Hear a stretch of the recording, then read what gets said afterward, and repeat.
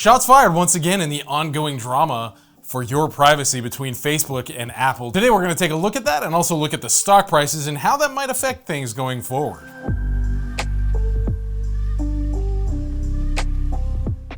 Welcome back to the channel, family. My name is Trey, getting in touch with you from Japan here. It is a beautiful winter morning here. And on this channel, we talk mostly about stocks, news, and investing. On our second channel linked up here, we talk a lot about entrepreneurship, mindset, small business, using services like Shopify to grow a business. We're here in Japan where we've grown a few different businesses. And if you want to learn more about that, check out our second channel. This is the 1 week chart, so this is pretty zoomed in. Apple stock is typically very stable. So you don't see massive swings. And similarly with Facebook, you don't see a lot of drama, even when Mark Zuckerberg is like in front of Congress getting grilled. But on the flip side, on the 15th, we saw the price drop a little bit, $5-6. Nothing super dramatic or world-changing for Facebook. There's been an ongoing war between Facebook and Apple, basically who stand on very polar opposite sides as far as protecting your privacy goes. Facebook's entire business model is basically like, here's a beautiful, fun playground where you can play with all of your friends. We're going to be watching you closely and taking some information that we can use to make money as a corporation. Apple, on the other hand, is kind of like, you pay us a lot of money to use any of our products, and then we'll try to do our best to protect your privacy on the other end. So Facebook's strategy is like, here's everything for free. We'll make money doing something in the background, but you don't have to worry about that. But actually, in reality, every time you open it on your browser, every time you open the apps, and that's not just the Facebook app, that's also Instagram and WhatsApp, and more they're taking over other apps, and they have things like the new VR Oculus and stuff like that. Whenever you're using their products, they're gathering more and more information on you. And the goal of that is basically to say, hey, advertisers. We've been working with a bread shop who's one of our clients here, and he says, hey, advertise for me on Instagram. When I go into Instagram, I can look up people in Japan, people who don't live too far away, people who are between, let's say, 35 and 55, and people who like bread, and I can specify all these different things, and I only want to pay for advertisements to those specific people. And basically, Facebook knows who all their users are, like in very granular detail, so I can get the best bang for my buck as an advertiser. So what's happening is that Apple has said, when we release iOS 14 in September, which was a couple months ago, we're going to enable all of these new privacy features. So whenever you're on an iPhone or an iPad or whatever, you open Facebook or you open whatever apps, it's gonna pop up and say, hey, are you okay with this company tracking this information about you, where you're going, which groups you're in, who all your friends are, looking at your pictures and things like that. Actually, I don't know about the pictures one, but there's gonna be this little pop-up that says, are you okay with these things? And most people don't actually consider this. Currently, there are features in the background hidden deep in the menus where you can go ahead and disable a lot of these features. But now that Apple is making that front and center to protect your privacy, basically, it's safe to assume the majority of people would be like, no, I don't want them knowing about my private stuff. No. And now Facebook can no longer track all of that granular information, making it harder for them to provide value for advertisers on all of their networks. And so Facebook's response was to put out full-page advertisements in a bunch of major newspapers and publications saying that we're standing up to Apple for small businesses. By making these changes, Apple is attacking small businesses. And by making these changes, it's going to be much more expensive for small businesses to do effective advertisements. And so rather than Facebook saying, hey, actually, yeah, we've been taking a lot of your information without a lot of you guys knowing what's going on, they're turning it around and saying, Apple's attacking small businesses, so stand with us in our fight against them, kind of thing. Check it out. They say, at Facebook, small business is at the core of our business. More than 10 million businesses use our advertising tools each month to find new customers, hire employees, and engage with their communities. Many in the small business community have shared concerns about Apple's forced software update, which will limit businesses' ability to run personalized ads and reach their customers effectively. Then they go on to say, in the next paragraph, without personalized ads, Facebook data shows that the average small business advertiser stands to see a cut of over 60% in their sales for every dollar they spend. And so when they put this spin on it, it really makes it seem like Apple is just gonna try to take over the world and crush small businesses. Whereas, for me, as a user of both of these services, if I had to choose one, I would probably prefer to just be like, yeah, I prefer to have my privacy protected.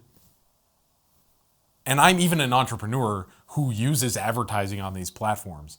Like, I don't know if there are a lot of people who would be like, oh, Facebook's looking at all this private information of mine. Yeah, that's fine. I don't care. Like, probably people aren't thinking like that. And so we're seeing this huge media push by Facebook to be like, Apple is the bad guys, you know. Wired.com did an article on Facebook's privacy or lack thereof earlier this year that I thought was pretty helpful, which I'll link below too. Here are a couple of the snippets from it.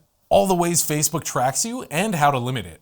If you have a Facebook account, and even if you don't, the company is going to collect data about you, but you can at least control how it gets used. And a couple of snippets, they say, it won't come as much of a surprise that Facebook tracks you on its platform. Facebook's tentacles stretch out across other websites and services into the various apps you're using on your phone and to the places you physically visit in the real world, especially if you decide to check in on Facebook while you're there. Some of this comes with the territory of using Facebook. If you want to take advantage of its features, then you have to give up a certain amount of information about yourself. And so that's basically the price you're paying to use these free services. It's free to you in terms of you don't have to pay money for it like you would for like an Apple computer or something like that. But it's not free in that you have to give them something that could potentially be much more valuable. Might not be, but depends who you are, depends on your behavior, depends on how much you value your privacy. In that article, Wired also linked to another article that they did earlier talking about in the latest Facebook data exposure, history repeats itself. A cybersecurity firm found that 2 different third-party Facebook apps left millions of records about users sitting unprotected on Amazon servers. And so there's been a lot of drama in the news over the last couple of years, especially about Facebook's managing of all this different data. And in some situations, like it's possible for me to make a game or an app that you can only play within Facebook, and I'm the one taking your information. But if I'm lazy about the way I store that information, Facebook has access to it too, but if I'm lazy about how I store that, there could be leaks of your private information as well. And so I mentioned earlier that these changes were supposed to be implemented right when iOS 14 turned on in September, but actually Apple's been gracious enough because they're seeing advertisers around the world being like, oh my gosh, what are we gonna do? We're screwed now. Apple has been like, okay, we'll delay it to early 2021. Facebook has also warned that these changes could shave off up to 50% of their audience network revenue for publishers. And so they're saying, by Apple cutting out our access to all of this information, basically, we won't be able to provide as much value for our advertisers, and therefore we won't make as much money. In another portion of the article, they also said like, yeah, that's only a small part of our business, so it's not gonna affect the bottom line too much. It's not a big deal. So it's weird that they kind of have this like, yeah, it's not a big deal to us, but when they stand out in front of the public, in front of everybody else, they say, everybody look how evil Apple is, kind of thing. Just for clarity, I own both of these stocks. I don't own a whole lot of Facebook anymore. I've trended out of it recently because it's run up quite a bit, and I've done quite good on both of these stocks, but a significant portion of my portfolio is in Apple. So obviously I'm biased when I look at these figures, but I'm also biased when it comes to being like, I don't mind paying a premium price if I can rest assured that my privacy is being better taken care of. And I know the whole debate on like who's better with your privacy, Google or Facebook or Apple or whatever, can go on forever in the comments section. We don't need to get into that. I just wanted to highlight some of this drama today because I know so many of the people who watch this channel are following big stocks like Apple and Facebook. Interestingly, in the original article posted by CNBC yesterday, they mentioned Facebook in its blog post argued that Apple's new tracking rules are about profit, not privacy, and said it believes Apple is behaving anti-competitively by using control of the App Store in a way that benefits its bottom line at the expense of developers and small businesses. So they're not only saying Apple is screwing all the small businesses, they're also saying things like Apple is destroying competition, which is interesting for Facebook to say. Like, that's kind of the kettle calling pot black. Like, Facebook, you can't really say that. But yeah, I think one of the really challenging things about the world we live in right now is that we're seeing entire industries being uprooted with the release of an app.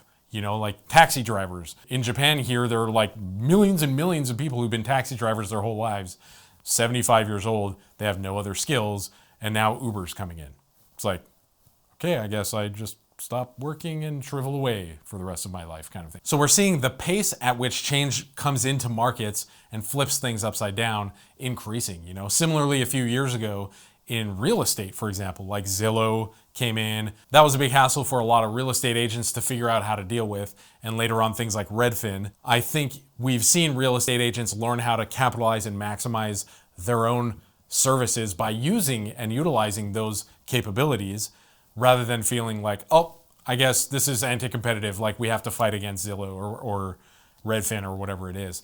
And you can't always just scream like, oh, they're cheating, so we have to stop. Like, one of the things I talk about on my second channel is that, we need to learn how to roll with the punches, and we need to learn how to adapt and overcome when new challenges come in. Facebook also mentioned that Apple is using its App Store to cut out competition and stuff like that. And that goes into an earlier case that you've probably heard about regarding Epic Games, the guys who made Fortnite, who are trying to stand up against Apple.